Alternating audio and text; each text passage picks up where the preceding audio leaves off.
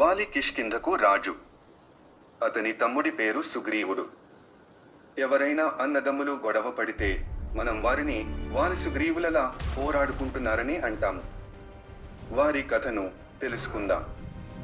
ఒకరోజు దుందుభి అనే రాక్షసుడు వాలిని ద్వంద్వ యుద్ధానికి పిలిచాడు. వాలి దుందుభిని సంహరించాడు. వాలి అతని మృతదేహాన్ని విసిరివేశాడు.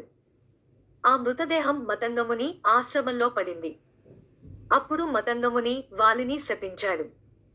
ఒకవేళ వాలి గనుక ఋష్యముఖ పర్వతంపై అడుగు పెడితే అతను మరణిస్తాడు. మాయావి దుందుభి కుమారుడు. ఒకరోజు మాయావి వాలిని సవాలు చేశాడు.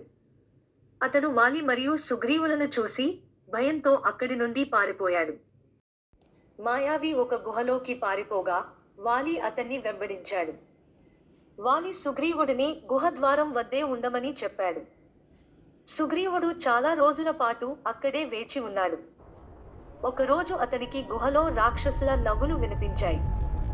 అంతేకాకుండా గుహ నుండి రక్తం బయటకు రావడం అతను గమనించాడు. వాలి మరణించాడని భావించిన సుగ్రీవుడు గుహను మూసివేశాడు. It is done. కానీ వాలి మాయావిని సంహరించాడు.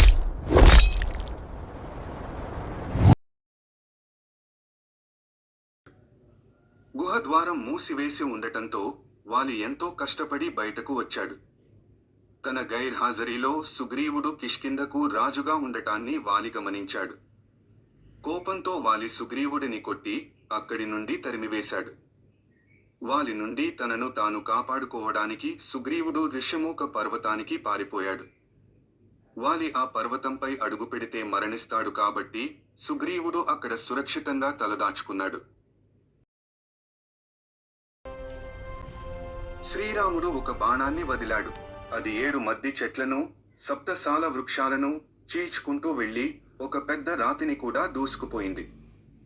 ఈ విధంగా తాను వాలిని సంహరించగలనని రాముడు నిరూపించాడు. శ్రీరాముడి శక్తిపై నమ్మకం కలిగిన తర్వాత రాముడి అండతో సుగ్రీవుడు కిష్కింధకు వెళ్లి వాలిని ద్వంద్వ యుద్ధానికి పిలుస్తాడు.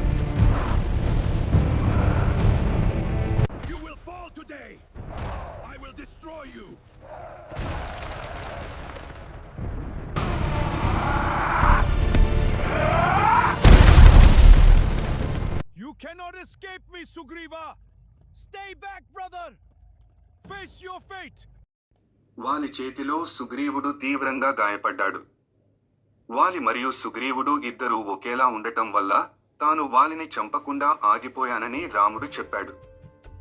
రాముడు సుగ్రీవుడిని ప్రోత్సహించి మరోసారి వాలిని ద్వంద్వ యుద్ధానికి పిలవమని చెప్పాడు. అప్పుడు రాముడు సుగ్రీవుడి మెడలో గజపుష్పి మాలను వేసి పంపాడు. ద్వంద్వ యుద్ధానికి వెళ్లవద్దని తారవాలికి సలహా ఇచ్చింది.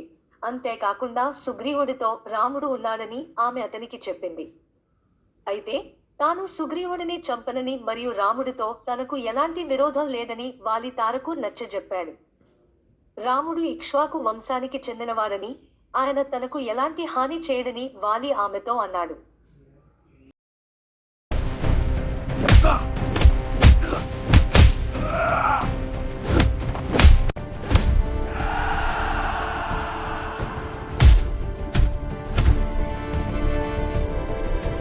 శ్రీరాముడు ఒక చెట్టు చాటున దాక్కుని బాణంతో వాలిని సంహరించాడు.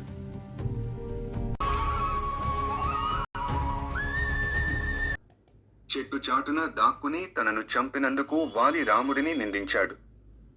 దానికి రాముడు బదులిస్తూ, పెద్దన్న తండ్రితో సమానం, కానీ నువ్వు దానికి విరుద్ధంగా ప్రవర్తించావు. నేను రాజును, వేటలో జంతువులను చాటున ఉండి చంపవచ్చు. నీ తమ్ముడు సుగ్రీవుని భార్య రుమను అపహరించి నువ్వు ఒక జంతువులా ప్రవర్తించావు, అందుకే నిన్ను జంతువుగా వేటాడాను అని వాలికి సమాధానం ఇచ్చాడు. వాలి తన తప్పును తెలుసుకుని ఆ తర్వాతే రాముడికి శరణాగతి వేడుతాడు. వాలి తన కుమారుడైన అంగదుడి భవిష్యత్తు గురించి ఆందోళన చెందుతాడు. అప్పుడు రాముడు అంగదుడిని సంరక్షిస్తానని, యువరాజుగా పట్టాభిషేకం చేయిస్తానని మాట ఇచ్చి వాలిని ప్రశాంతంగా కన్నుమూసేలా చేస్తాడు. Valkyrie, the peaceful knight! వర్షాకాలంలో యుద్ధం చేయడం సాధ్యం కాదు కాబట్టి రాముడు వేచి చూస్తాడు.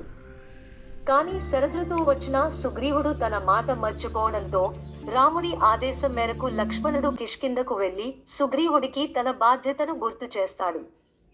ఆ తర్వాతే సుగ్రీవుడు వానర సైన్యాన్ని 4 దిక్కులకు పంపిస్తాడు.